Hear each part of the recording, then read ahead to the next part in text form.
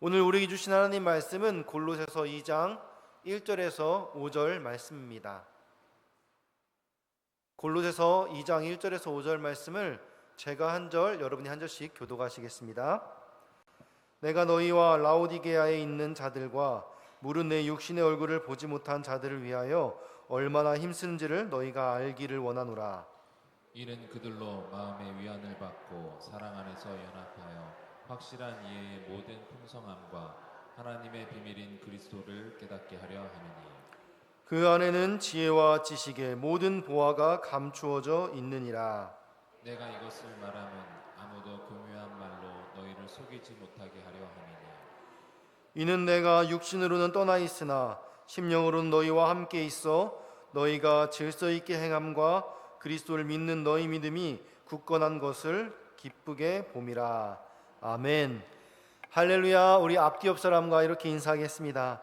아름다운 분 옆에 앉게 되어 영광입니다. 네, 아름다운 분 옆에 앉게 되어 영광입니다. 아멘. 네, 우리 성도님들은 다 아름다운 분들이에요. 네, 그렇죠? 네, 아멘.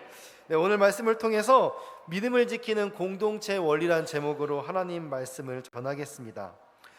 여러분 혹시 그 깊은 산속을 달리는 기차를 타보신 적이 있으십니까? 기차를 타면은 깊은 칠흑 같은 어두운 터널을 지나서 다시 빛이 드는 그런 바깥 풍경으로 나오는 그 순간 우리는 창밖으로 잠시 스쳐가는 나무들과 산봉우리를 보고 또 그리고 언뜻 함께 뒤따라오는 그 열차의 뒷칸들을 바라보게 됩니다. 흥미로운 것은 이 기차가 험한 곡선을 지나서 갑자기 경사진 언덕을 올 때마다 각 칸들이 마치 한 몸처럼 연결되어 있다는 거예요. 맨 앞에 기관차만 힘을 쓰는 게 아니라 물론 맨 앞에 기관차가 힘을 내서 앞에 달리고 있지만은 그 힘을 이 균형 있게 잘 나눠 가지고 흔들림 없이 이 기차가 한 몸으로 연결돼서 나간다라는 것입니다. 우리 인생의 여정도 이와 비슷합니다. 혼자 달리는 것 같지만 사실 우리는 보이지 않는 그런 연결고리로 다 연결되어 있죠. 앞서가는 이들이 우리의 힘이 되어주기도 하고 누군가 지칠 때는 내가 그들의 손을 잡아서 끌어주기도 하는 것입니다. 그렇게 해서 우리가 함께 또 그렇게 인생을 살아가는 공동체가 되어가는 거죠. 오늘 우리는 이처럼 눈에 잘 드러나지는 않지만 분명히 존재하는 믿음을 지키는 공동체의 원리에 대해서 함께 나누려고 합니다. 도대체 무엇이 우리를 그렇게 서로 연결하고 또 끝까지 믿음의 길로 달리게 만드는 힘이 될 수 있을까요? 바울이 골로새 교회 성도들에게 쓴 편지를 우리가 함께 살펴보면서 그 은혜의 진리를 깨닫는 귀한 시간 되기를 소망합니다. 우리 본문 1절 말씀 다시 한번 읽어보겠습니다. 같이 읽겠습니다.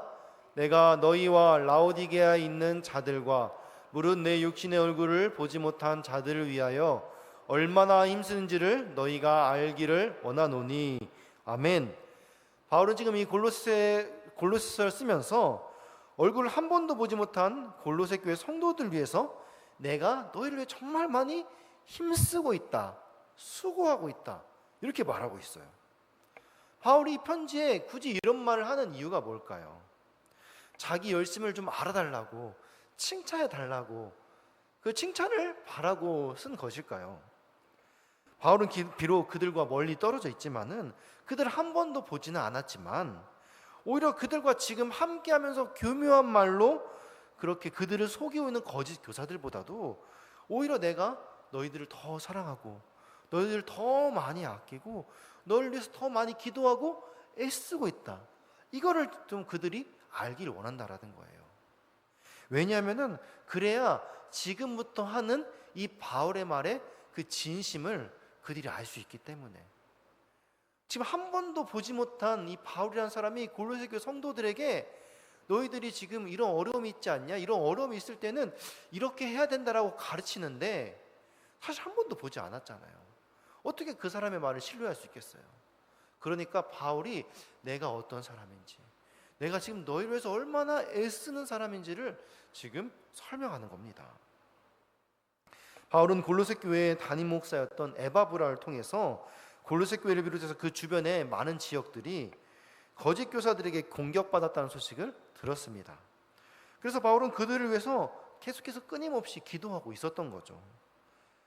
사실 지난날 바울의 삶을 돌이켜볼 때 그는 이런 위기에 처한 교회를 한 번도 그냥 지나친 적이 없었어요. 이 골로새서가 쓰여지기 6, 7년 전에도 이 고린도 교회에 여러 가지 문제들이 있었습니다. 그때 바울이 어떻게 했을까요? 물론 서신을 보냈죠. 고린도전서. 또 디도나 디모데를 통해 문제를 해결하기도 했습니다. 그런데 바울은 거기서 그치지 않았습니다. 직접 나중에 고린도 교회를 방문해서 고린도 교회 문제들을 완전히 해결했습니다. 이처럼 바울은 이 교회의 유익과 안전을 위해서라면은 두 발 뻗고 뛰는 그런 순종의 사람, 헌신의 사람이었던 거예요. 그런데 골로새 교회에 문제가 있다는 소식을 듣게 된 바울은 지금 상황에서는 차마 그곳을 갈 수 없는 겁니다. 왜 그럴까요? 바울은 지금 감옥에 갇혀 있기 때문이에요. 그는 가고 싶어도 가지 못하는 상태입니다.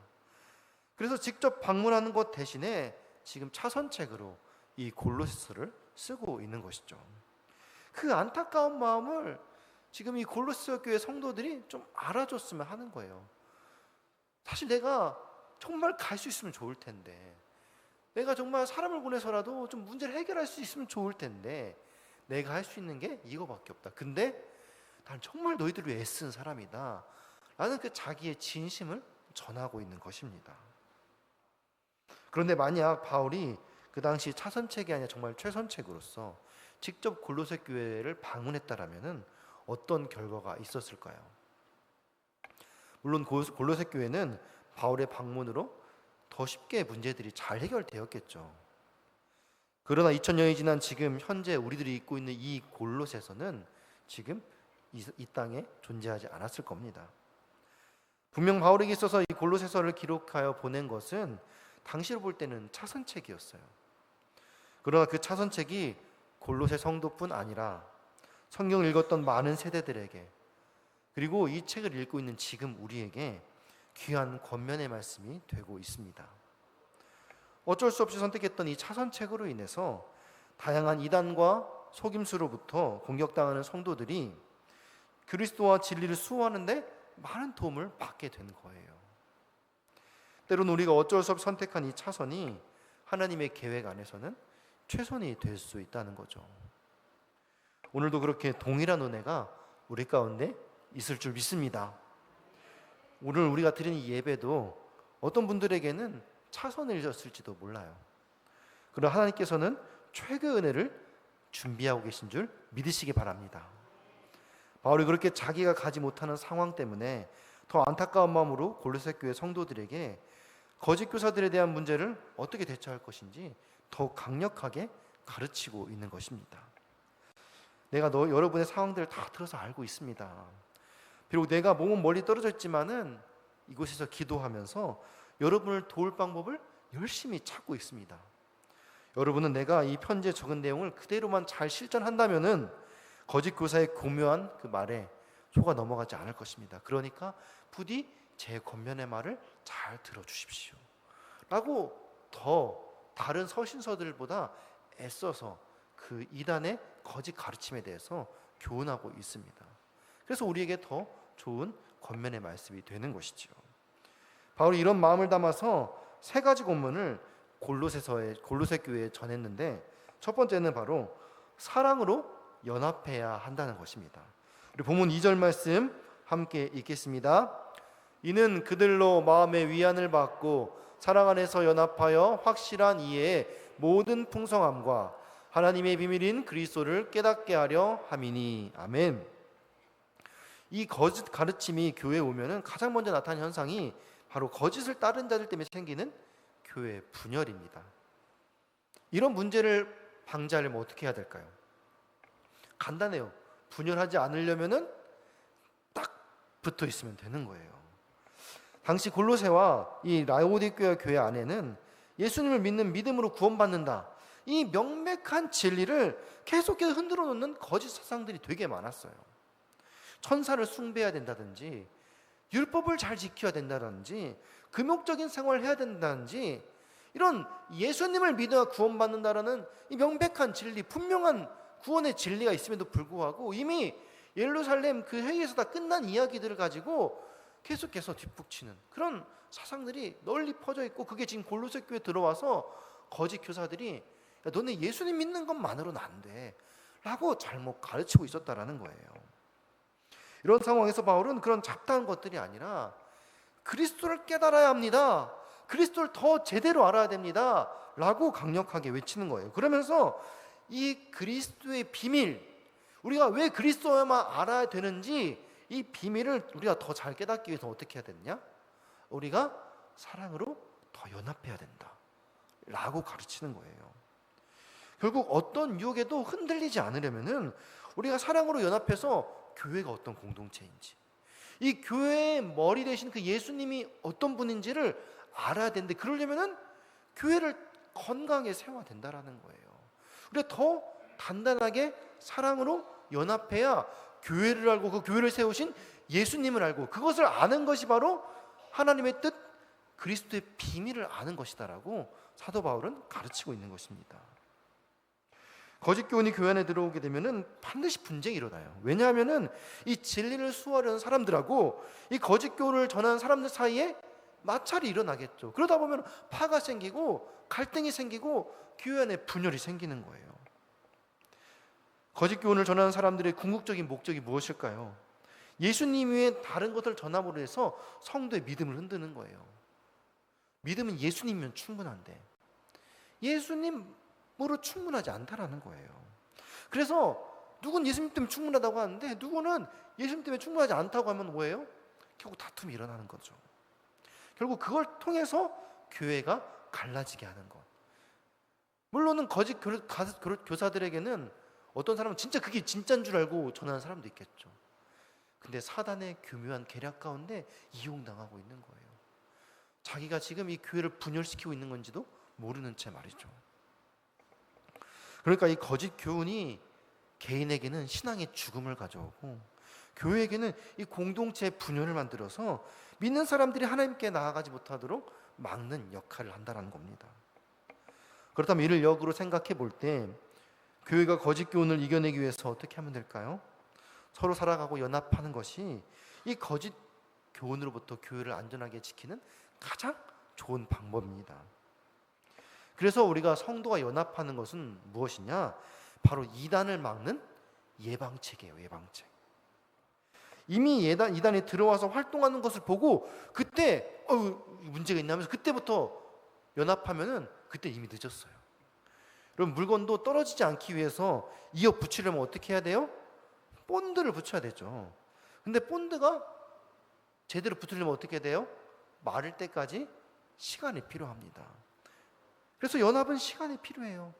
우리가 사랑을 쏟고 또 관계가 생기고 그래서 단단하게 우리 안에 신뢰가 생기려면은 그것을 행함과 그걸 기다려줌과 거기에서 이해함과 또 관계 여러 가지 소통을 통해서 단단하게 신뢰가 생기기 동안 시간이 필요한 거예요. 근데 이거를 이단이 들어왔을 때 어이쿠 하고 그때 하면 늦는다는 거예요. 미리 해야 돼요. 미리 예방해야 돼요. 오늘 이 말씀을 드리는 것도 우리 안에 지금 이단이 있어서 말하는 것이 아닙니다. 이단이 침투하기 전에 우리가 먼저 연합해야 우리 교회가 안전하다는 것입니다. 혹시 지금 내가 누군가와 좀 관계가 틀어져 있거나 또 내가 교회에 대한 뭔가 불신이나 불만으로 인해서 교회에 부정적인 마음들이 있다라면은 지금 위험한 상황이에요. 이때 이단이 들어오면은 우리 교회가 분열되기 쉽고 또 나의 그런 안 좋은 감정 때문에 내가 교회를 분열시키는 어떤 그 매개체가 될 수 있다는 겁니다. 여러분 실제로 교회 성도들이 그리스도의 사랑으로 하나 되어서 아주 단단하게 결속되어 있다고 생각해 보세요. 과연 거짓 교사들이 교회 안에 들어와서 거짓 교훈을 전한다고 해서 교회 안에 성도들이 서로 다투고 분쟁할까요? 이미 그 안에 신뢰와 사랑으로 하나 되어 있다면은 서로 의심하지 않고 믿어주고 격려하는 관계가 잘 되어서 그곳에는 미움과 질투라는 것이 싹 틀 수가 없는 겁니다. 이 미움과 질투의 싹이 트기에는 그 땅이 너무 단단한 거예요. 분쟁이나 분열은 그리스도의 사랑으로 하나 되지 못하는 곳에서 일어나는 악한 열매입니다. 그래서 우리는 지금부터 미리미리 용서할 사람 용서하고 이해할 사람 이해하고 그렇게 사랑으로 연합해서 온전한 교회를 이루어야 될 줄 믿습니다. 그리고 공동체 안에 소외된 지체가 있다면 먼저 다가가서 그들의 아픔과 상처를 안아주고 또 좋은 것을 권면해서 서로 한 몸이 될 수 있도록 그렇게 끌어주고 안에 들어올 수 있도록 잘 품어줘야 되는 거예요. 이것이 거짓 교훈으로부터 믿음을 지키는 건강한 공동체의 원리입니다. 두 번째는 진리를 붙잡아야 된다고 사도 바울은 말합니다. 오늘 방금 읽었던 이 본문의 2절 하반절을 보게 되면은 하나님의 비밀인 그리스도를 깨닫게 하려 함이니. 아멘. 이 하나님의 비밀인 예수 그리스도를 깨닫는 것, 곧 진리를 깨닫는 것이 교회를 건강하게 지키는 원리라고 말하는 겁니다. 복음의 핵심인 그 예수님을 우리가 만나고 예수님에 대한 지식이 더 풍성해지면은 진리를 알았기 때문에 우리가 가짜를 쉽게 구별할 수 있겠죠. 우리가 가짜 화폐를 구별하는 방법이 그 은행에서 제일 많이 하는 교육이 뭔지 아세요? 진짜 화폐를 계속 들여다보는 거예요. 그러면 가짜가 딱 나왔을 때 그게 눈에 딱 보인다라는 거예요. 바울이 골로새뿐 아니라 다른 서신서에서도 많은 내용을 할애해서 이 예수님과 복음에 대해서 설명했습니다. 물론 다른 이야기들, 다른 이단이 이렇고 저 사람 저렇게 가르치고 그런 것도 중요하지만은 그런 것보다도 더 많은 내용을 할애해서 예수님이 어떤 분인지, 복음이 무엇인지 그것들을 계속해서 우리들에게 전해주었다라는 거예요. 그 이유는 예수님에 관한 지식이 거짓을 분별하는 기준이 되기 때문입니다.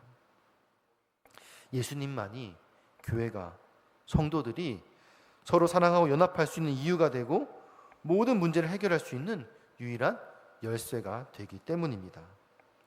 더 나아가서 예수님을 아는 지식은 신자가 올바른 삶을 살아가는 바탕이 됩니다. 그래서 바울은 3절에서 이렇게 말합니다. 우리 골로새서 2장 3절 말씀 같이 읽겠습니다. 그 안에는 지혜와 지식의 모든 보화가 감추어져 있느니라. 아멘. 이 그리스도가 하나님의 비밀의 이유가 뭐냐? 3절에서 말한 것처럼 그 안에 뭐가 담겨 있어요? 지혜와 모든 지식의 모든 보화가 그 예수님 안에 담겨 있다라고 말하고 있어요. 그러면 그 감추어진 지혜와 지식이 무엇일까요? 그것은 바로 골로새서 1장 15절에서 29절 우리가 지난 시간에 나누었던 말씀인데 바로 만물을 창조하시고 인간을 죄에서 구원하신 분이 바로 예수님이다. 곧 하나님 자신이란 사실에 관한 그 모든 지혜와 지식을 아는 거예요. 하나님이 어떤 분인지, 하나님이 보내신 예수님이 어떤 분인지, 그분이 왜 우리를 그렇게 사랑하셔서 보내셨는지 그거에 관련된 모든 지혜와 지식이 감추어진 비밀이고 너무나 귀한 보물이라고 말하는 것입니다. 그런데 참 안타깝게도 세상은 그리스도 안에 있는 모든 지혜와 지식이 감추어졌다는 이 말에 별로 동의하지 않습니다. 왜냐하면 세상 사람들 눈에는 일단 그 지식이 그렇게 유익하지 않아요. 하나님이 우리를 창조하시고 우리를 구원했다는 그 지식이 돈이 되거나 명예를 준다든지 성공하는데 아무 도움이 안 되기 때문입니다. 혹시 우리가 신앙생활을 하고 있는 이유가 나의 성공 때문에, 내가 돈을 많이 벌기 위해서, 내가 하고 있는 사업이 이 교회의 성도들과의 관계 가운데서 좀 확장하고자 이런 이유 때문에 교회에 나오신 분들이 있습니까? 물론 교회에 나오면은 동호회 하듯이 다른 모임 하듯이 많은 사람들과 만나니까 잘 될 수 있겠죠. 그런데 믿음이 그것을 보장해 주지 않습니다. 오히려 안 될 수도 있어요. 왜냐하면 믿음하고 그 우리 인생의 성공과는 전혀 관계가 없거든요, 사실. 우리 인생의 성공은, 성경에서 말하는 성공은 우리 삶의 구원을 아는 것, 구원에 관한 지식이 풍성해지는 것, 그래서 하나님으로 우리 삶이 풍성하게 채워지는 것, 그것이 진짜 성공이고 영원한 가치라고 말하고 있거든요. 그런데 세상 사람들은 그거에 별로 기대하지 않아요. 관심이 없어요. 그러니까 이 예수를 아는 그 지식에 너무 귀중한 것들이 담겨 있는데 그게 보물이라는 그 말에 동의하지 않는 겁니다. 심지어 거기에 건강 지식이 담겨 있는 것도 아니에요. 차라리 의사의 처방이나 성공한 사람의 말을 더 신뢰합니다. 그래서 세상에서 지혜롭고 지식이 많은 사람이다라고 하면은 이 땅에서 더 편하고 더 질 높은 삶을 사는 방법, 더 즐기면서 남들보다 더 쉽게 성공하는 방법을 아는 사람들, 그런 사람들이 더 똑똑하고 지혜 있다라고 세상 사람들은 말합니다. 알다시피 우리가 살아가는 세상은 감각적이고 이기적이고 경제적인 가치를 최고로 여깁니다. 그래서 이런 세상에서 그리스도에 대한 지식이 아무 쓸데없는 지식으로밖에 보이지 않는 거죠. 사실 우리가 추구하고 바라는 이 지식이 문제가 아니라 참된 지식을 쓸데없다라고 생각하는 이 세상이 지금 잘못되어 있는 거죠. 사단의 속임수에 우리의 눈과 귀가 가려져 있는 겁니다. 이 세상에서 우리 영혼의 구원보다 더 중요한 가치가 어디 있겠습니까? 이 땅에서의 삶은 잠시 잠깐 사라질 것들입니다. 그런데 거기에 목숨을 걸고 그것이 전부인 마냥 살아가는 삶이 잘못된 것 아닙니까? 그래서 이런 세상에서 복음을 전하는 것이 참 어려워요. 정말 중요하다라고 외치는데 관심이 없고 중요하지 않다고 생각하는 거예요. 그래서 성경은 이게 비밀이라고 말하는 겁니다. 아이너에게 하나님은 사실 이 비밀을 다 드러내 보여주셨어요. 성경을 통해서, 예수님을 통해서, 우리 자연 만물을 통해, 우리 안에 있는 양심을 통해서 이미 다 보여주셨어요. 세상 사람들 눈앞에 펼쳐져 있어도 근데 그게 비밀인지, 그게 보물인지 깨닫지 못하는 겁니다. 예수 그리스도가 이 땅에 오실 때에도 마찬가지예요. 유대인들에게 말씀이 육신이 되어서 그냥 그대로 다 보여주셨어요. 하나님 자신이 보여주셨어요. 그렇게 그들은 그런데 그 보물을 어떻게 했습니까? 자기들에게 필요 없는 거라고 십자가에 못 박혀 죽였습니다. 오늘 그 복음의 비밀이 지금 우리에게 펼쳐져 있는 줄 믿습니다. 여러분도 예수님이 보물이 아니라고 버리시겠습니까? 이 비밀을 아는 지혜와 지식을 오늘 우리에게 지금 주시고 계세요. 그리고 그 비밀을 여는 열쇠로 오늘 골로새 말씀을 깨닫게 하십니다. 골로새 1장 9절 말씀 우리 같이 읽겠습니다. 이로써 우리도 듣는 날로부터 너희를 위하여 기도하기를 그치지 아니하고 구하노니 너희로 하여금 모든 신령한 지혜와 총명에 하나님의 뜻을 아는 것으로 채우게 하시고. 아멘. 그래서 바울이 계속 기도했던 것이 무엇이냐? 바로 이 신령한 지혜와 총명으로 하나님의 뜻을 충분히 아는 것, 그것을 위해 계속 너희를 위해 기도했다라고 바울은 말하고 있습니다. 그거 알면 되는 거거든요. 사실 제발 너희들이 이 하나님을 아는 지식으로 좀 충만했으면 좋겠다. 나는 그걸 위해 날마다 너희를 위해 기도하노라. 바울이 간절히 바랐던 것입니다. 세상에서 무엇이 최고의 지식이며 최고의 지혜입니까? 바로 그리스도를 아는 것입니다. 그러므로 우리 모두가 그리스도에 대한 지식으로 풍성해지기를 주님의 이름으로 축원합니다. 마지막으로 믿음을 지키는 공동체 원리 세 번째는 무엇이냐? 끊임없는 믿음의 훈련이 필요하다는 겁니다. 우리 본문 4절 말씀 같이 읽겠습니다. 내가 이것을 말함은 아무도 교묘한 말로 너희를 속이지 못하게 하려 함이니. 아멘. 바울은 이단과 거짓 교훈으로부터 골로새 교회를 지키기 위해서 자신이 했던 말을 잘 명심하라고 지금 일러두고 있습니다. 그러면 아무리 그들이 교묘한 말로 속이려고 해도 절대 흔들리지 않는다는 거죠. 그런데 여기서 이제 교묘한 말이라고 바울이 표현을 했는데, 이 말은 헬라어로 피다놀로기아라는 말로 어떤 정확한 논증이나 고도의 논리라는 반대되는 말이에요. 그러니까 교묘한데 이게 논리적이지는 않다는 거예요. 그러니까 논리적으로 말이 안 되는데 그럴듯해 보이는 거, 이게 지금 오늘 본문에서 말하는 이단의 모습이라는 겁니다. 바울이 볼 때 이단과 이 거짓 교훈은 겉으로는 너무 정교하고 침해서 그럴듯해 보였어요. 지금 우리 시대에 존재하는 이단들도 사실 이와 비슷하지 않습니까? 굉장히 치밀하고 정교한 계획을 가지고 성도들에게 접근합니다. 설마 이 정도까지 하는데 정말 그렇게까지 합니다. 정말 말도 안 되는 그런 판을 짜놓고 정말 이런 사기가 있을 수가 없을 정도로 이단과 거짓 교사들의 교훈은 나름대로 또 논리를 가지고 있어요. 그들의 결론은 사실 너무나 터무니없지만 다 알고 보면은 이게 믿을 수 없는 말도 안 되는 교리인데, 그 결론에 이르기까지 전개 과정이 너무나 치밀한 거예요. 거기에 이제 막 사기치고 거짓말하고 교묘하게 속이면은 사실 이게 아무리 믿음 좋은 사람이라도 홀딱 넘어갈 수밖에 없는 거예요. 그래서 이단이 뜻이 다를 이 끝단자에서 끝이 다르다는 거잖아요. 결국 우리가 조심해야 될 것은 그들 나름대로 치밀하고 논리적인 전개를 가지고 있기 때문에 자칫했다가는 우리도 쉽게 넘어갈 수 있다는 겁니다. 많은 성도들이 신앙생활을 오래 했음에도 이단에 속아 넘어가는 이유가 바로 여기 있다는 겁니다. 그래서 우리는 이 거짓 교훈에 대해서 바짝 경계를 세워야 됩니다. 누구라도 이단의 공격 대상이 될 수 있고, 누구라도 우리가 마음을 잘 단단히 하고 훈련되어 있지 않으면은 우리도 언제든지 넘어갈 수 있다. 이것을 우리가 잘 경계해야 된다는 겁니다. 그럼 우리는 이 덫을 피하기 위해서 우리가 믿고 있는 이 그리스도에 대해서 확고한 지식, 애매한 게 아니라 확고한 지식, 적극적인 자세를 가지고 하나님께 나아가야 돼요.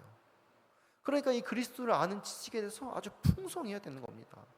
사실 그 단어 토시 하나 바꿔가지고 넘어뜨리는 것이기 때문에 전체적으로 볼 때는 우리가 들었던 말씀이거든요. 토시 하나 바꿀 때 그 토시 하나를 찾을 수 있어야 넘어가지 않을 수 있거든요. 사실 원리적으로 따지면은 쉽지 않아요, 이게. 그래서 우리가 늘 말씀을 가까이 하고 성경 속 이야기가 정말 사실인가 성경을 통해 늘 검증하고 연구하는 자세를 가져야 됩니다. 그것이 그리스도의 진리 안에서 견고해서는 믿음의 훈련인 줄 믿습니다. 계속해서 5절 말씀 같이 읽겠습니다.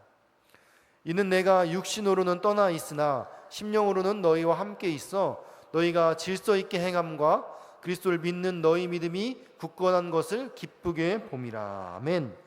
5절에 보면은 너희가 질서 있게 행함과 그리고 너희 믿음이 굳건한 것을 이제 바울이 골로새 교회를 볼 때 보았다라고 말하고 있어요. 이는 골로새 교회 성도들이 이단과 거짓 교훈의 유혹에 있어서 그래도 비교적 잘 대처하고 있다라고 인정하면서 칭찬하는 말이에요. 근데 여기서 주목해 보아야 될 것은 이 문장에서 사용했던 단어인데, 이 질서 있게 행함과 굳건한 것, 이게 다 군대 용어에 쓰이는 단어라는 거예요. 질서 있게 행함이라는 말은 헬라어 탁시스로 균열이나 흩어짐 없는 이 군대 행렬을 말하는 거예요. 우리가 흔히 오하이를 딱 맞춰서 행진할 때 쓰는 질서 있게 행한다가 그런 뜻이라는 거예요. 또 굳건한 것이라는 뜻은 헬라어로 스테레오마로 이 견고한 전선, 그러니까 전쟁을 치르기 위해서 우리가 단단하게 이제 진을 치는 것, 이것을 말할 때 쓴 단어가 굳건한 것이라는 거예요. 이 말은 골로새 교회에 부르닥칠 거짓 교훈의 공격이 마치 이 전장의 치열함 같이 매우 위협적이었다라는 거예요. 그러니까 우리가 이렇게 질서 있게 행함, 정말 군대에서 훈련된 병사들이 오하열을 맞춰서 정말 이리로 가야 될 때 가야 되고 저리로 가야 될 때 탁탁탁 움직이는 그 행함과, 그리고 공격할 때 진을 단단히 쳐서 어떠한 공격에도 무너지지 않는 그런 진을 칠 수 있는 그런 훈련이 필요할 정도의 어떤 위협적인 공격이 이단에게 계속 있다라는 것을 우리에게 보여주고 있는 것입니다. 다행히도 그 가운데 성도들이 아직까지 신앙을 그렇게 잘 지키고 있는 거예요. 그렇다면 골로새 교회 성도들이 처했던 상황이 지금 우리들과는 무관할까요? 오늘날 우리의 상황이 그럼 그때보다 더 안전하다라고 생각할 수 있을까요? 오늘날 그리스도를 대적하는 이단과 거짓 교훈들은 초대교회 당시보다 훨씬 더 많아졌고 더 조직화되었습니다. 심지어 각종 이단들 뿐만 아니라 세상 속에서 아름다운 옷을 입고 우리를 유혹하는 물질 만능주의, 포스트 모더니즘, 뉴에이지 등 초대교회보다 더 거짓 교훈을 분별하기 어려운 시대를 우리가 살고 있습니다. 종교 이름을 갖지는 않아도 그리스도보다 더 높아진 것들, 이것이 우리 주변에 너무나도 높게 쌓여 있어서 우리가 예수님을 믿는다고 하면서도 세상과 양다리 걸치며 이것도 중요하고 저것도 중요하고 이건 꼭 해야 되고 저건 남들이 하니까 해야 되고, 그러다 보면 어느새 마음이 빼앗긴지도 모른 채 그냥 삶이 그저 그렇게 넉넉하게 잘 사라지고 있으니까 내 마음이 그렇게 넘어가 버리고 마는 것이죠. 그럼 우리는 어떻게 해야겠습니까? 우리에게도 골로새 교회에서 바울이 찾아내었던 그런 질서 있게 행함과 굳건한 것, 이런 자세가 우리 가운데도 있어야 되지 않겠습니까? 우리 믿음의 진이 견고해져야 하며 믿음의 행렬에 균열이 일어나지 않도록 더욱 노력해야 합니다. 이것은 그냥 얻어지는 게 아니죠. 군대에서 매일 하는 게 뭡니까? 훈련이잖아요. 훈련. 오늘 훈련했는데 내일 똑같은 거 또 해요. 사실 군대가 힘든 게 그거거든요. 어제 했는데 오늘 또 하고, 오늘 또 했는데 내일 또 해야 돼요. 내년에도 또 해야 돼요. 계속 해야 돼요. 전쟁이 일어날 때까지. 그러니까 군대가 군대인 거 아니겠습니까? 그러니까 수많은 훈련을 거듭해야 비로소 일치를 이루고 군대의 행렬을 맞출 수 있고 전쟁이 일어났을 때 견고한 진을 칠 수 있는 것이죠. 마찬가지로 우리 역시 치열한 전장 같은 이 상황 속에서 믿음을 지키려면은 끊임없는 믿음의 훈련이 계속되어야 됩니다. 아브라함, 모세, 이삭, 야곱, 요셉, 여호수아, 성경에 나온 믿음의 사람 중에 어느 누가 훈련 없이 견고한 믿음을 소유한 자가 있었습니까? 그들의 인생을 보면은 그런 굴곡이 없습니다. 정말 어떤 상황은 하나님이 정말 이 사람을 버린 것처럼 그렇게 내모는 상황들도 있었습니다. 그런데 그 가운데서 인내하고 끝까지 믿음을 붙잡았을 때, 그 훈련이 다 찼을 때 비로소 하나님이 그 사람을 들어 쓰시는 것들을 우리는 많은 성경 이야기를 통해서 보지 않습니까? 단 한 명도 훈련 없이 믿음을 가진 사람은 없었습니다. 지난 전쟁 같은 세상 속에서 우리의 믿음을 지키기 위해서는 반드시 신앙의 훈련이 필요한 줄 믿습니다. 말씀의 훈련, 기도의 훈련, 연단의 훈련, 또 인내 훈련, 또 용서의 훈련, 사랑의 훈련, 품어주는 섬김의 훈련, 우리 삶의 모든 고난과 역경 가운데서 그것들을 이겨내고 끝까지 믿음을 지켜내는 훈련들, 주님이 나의 믿음을 연단시키는 훈련의 사실을 믿고 끝까지 견디고 이겨낼 때 비로소 우리가 이 믿음의 공동체를 아름답게 세워갈 수 있는 것입니다. 훈련에는 항상 지도하는 조교가 있고 또 위험을 대비하는 안전 요원이 있죠. 군대 가면 훈련하다가 이제 쓰러질까봐 항상 이 앰뷸런스가 대기하고 있어요. 좀 무섭지 않습니까? 네. 우리 삶에도 끝나지 않는 이 고난 같아 보여도 하나님이 우리의 훈련 조교가 되어서 우리 길을 다 인도하고 계세요. 그리고 우리가 힘들 때 언제든지 안아주시고 우리를 위로해 주시려고 안전요원처럼 딱 붙어 계시거든요. 사실 우리 눈에 보이지 않지만. 그래서 우리는 이 주님과 함께 이 고난 훈련을 잘 이겨낼 수 있는 것이죠. 사랑하는 성도 여러분, 오늘 본문을 통해서 우리는 골로새 성도들을 향한 이 바울의 애틋한 권면의 말씀을 들었습니다. 바울은 얼굴 한번 못 본 관계였지만은 그리스도 안에 형제 자매가 되었기 때문에 그들을 위해 수많은 시간을 기도하며 사랑 넘치는 그 편지를 그들에게 보냈습니다. 이 얼마나 아름다운 모습입니까? 우리 안에도 이런 사랑의 연합이 회복되어야 될 줄 믿습니다. 오늘 개인주의화된 사회 속에서 가장 안타까운 것은 성도 각자가 신앙의 각계 전투를 하고 있다는 거예요. 많은 성도들이 신앙을 지키려고 또 개인적으로 더욱 성숙해지려고 몸부림을 치는데 이 사단의 공격이 치열한 삶의 현장 가운데서 나름대로 애쓰고 있습니다. 정말 최선을 다해 신앙을 지키고 있습니다. 그런데 혼자 외롭게 그 길을 가고 있는 거죠. 사실 같은 목적을 가고 있는데 말이죠. 넘어지면 일으켜줄 사람만 있어도 그 길이 얼마나 수월할까요? 한 사람은 정면밖에 못 보니까 옆을 봐주는 사람이 있고 또 뒤를 봐주는 사람이 있어서 여러 사람이 모여서 함께 그 길을 가면은 더 쉽고 안전하지 않겠습니까? 그런데도 우리는 모르는 채 어느 순간 혼자 가고 있는 겁니다. 바울은 이 모습이 너무 안타까웠던 거예요. 우리에게는 함께 믿음의 길을 가는 형제 자매가 있습니다. 이미 서울제일교회라는 건강한 공동체를 우리에게 주셨죠. 우리 옆 사람에게 다시 이렇게 인사해 볼까요? 당신과 함께 할 수 있어서 영광입니다. 네, 감사합니다. 이미 우리에겐 너무나 좋은 믿음의 동역자들을 보내주셨죠. 옆에 있는 동역자들은 나에게 주신 하나님의 위로고 선물이고 또 사랑이고 격려입니다. 그래서 이 좁은 길을 우리가 혼자 가는 것이 아니죠. 그래서 먼저는 주님이 함께 계시고 또 주님이 보내주신 이 믿음의 동역자들이 우리 가운데 함께 있습니다. 그들과 함께 신앙생활하는 것, 그리고 사랑으로 연합하는 것, 그리고 그 안에서 그리스도를 향한 지식이 더 풍성해지는 것, 그리고 그들과 함께 이 고난의 세월 가운데 잘 견디고 이겨내서 더 단단하게 세워지는 것, 오늘 이것을 바울은 우리에게 권면하고 있습니다.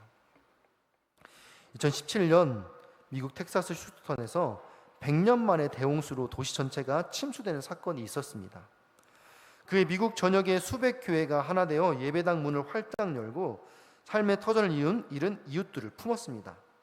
작은 시골 교회부터 대형 교회까지 모두가 자기 몫의 빵을 쪼개어 함께 나눴고 2만 시간 넘는 수고와 헌신은 어느새 32만 명이 넘는 이재민에게 희망의 징검다리가 되었습니다. 평소에는 아무도 주목하지 않던 평범한 교회와 이름 없는 성도들의 헌신이 도시를 다시 일으키는 기적의 씨앗이 된 것이죠. 이처럼 공동체가 힘을 내고 한마음이 되어 빛을 발하는 시간은 언제나 모두가 여유롭고 안전한 때가 아니었습니다. 오히려 위기와 혼돈, 불확실성과 두려움이 극에 달한 순간이었습니다. 평온한 시절에는 드러나지 않던 이 교회의 진짜 힘이 바로 어둡고 힘든 시대에 믿음을 지키는 공동체로서 빛을 발한 것이죠. 오늘 우리에게도 평탄한 길만 남아있지는 않을 것입니다. 하지만 바로 그 시간 우리의 작은 헌신과 그 사랑이 하나님 나라의 역사를 새롭게 쓸 것임을 믿으시기 바랍니다. 믿음을 지키는 공동체의 힘은 언제나 평범한 성도의 작고 조용한 사랑에서부터 시작되었습니다.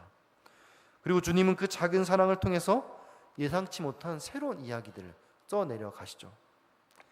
세상의 유혹과 거짓 교훈이 우리의 앞길을 가릴지라도 우리 곁에 보내주신 믿음의 동역자와 손을 맞잡고 말씀 안에서 믿음을 지키는 공동체가 되기를 소망합니다. 오늘 내가 내민 그 작은 손길, 또 한마디 위로, 작은 헌신이 바로 하나님 나라를 세우는 반전의 시작이 될 줄 믿습니다.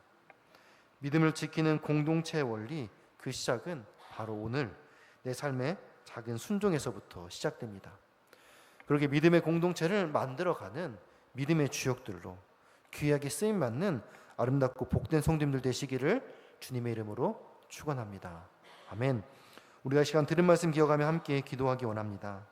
시간 같이 기도하실 때 세상의 유혹과 거짓 교훈 속에서 진정한 믿음을 지키는 우리 교회가 되게 하여 주시옵소서. 서로의 짐을 함께 지며 연약한 자를 돌아보는 나눔과 섬김이 끊이지 않는 사랑의 공동체가 되게 하여 주시옵소서. 9월까지 담임 목사님의 안식월 기간 동안 회복과 재충전의 시간이 될 수 있도록 가정과 사역 건강을 지켜 주시옵소서. 이번 주 주일부터 있는 초등부, 중등부 연합 캠프와 고등부 여름 수련을 위해서 교회학교 여름 사역 가운데 하나님의 은혜와 인도하심이 함께 하시도록 둔촌도 성전부지 그린벨트를 하나님의 때 하나님의 방법으로 열어 주시옵소서. 올림픽파크 포레온 아파트 12,032세대 4만 명의 오늘 구원한 일에 우리 교회를 사용하여 주시옵소서. 몸과 마음으로 고통받는 성도님들 치유하여 주시고 돌보는 가족들을 위로하여 주시옵소서. 각자의 기도 제목 위하여서 사랑하는 주님 이름 3번 누르고 같이 기도하시겠습니다. 주여, 주여.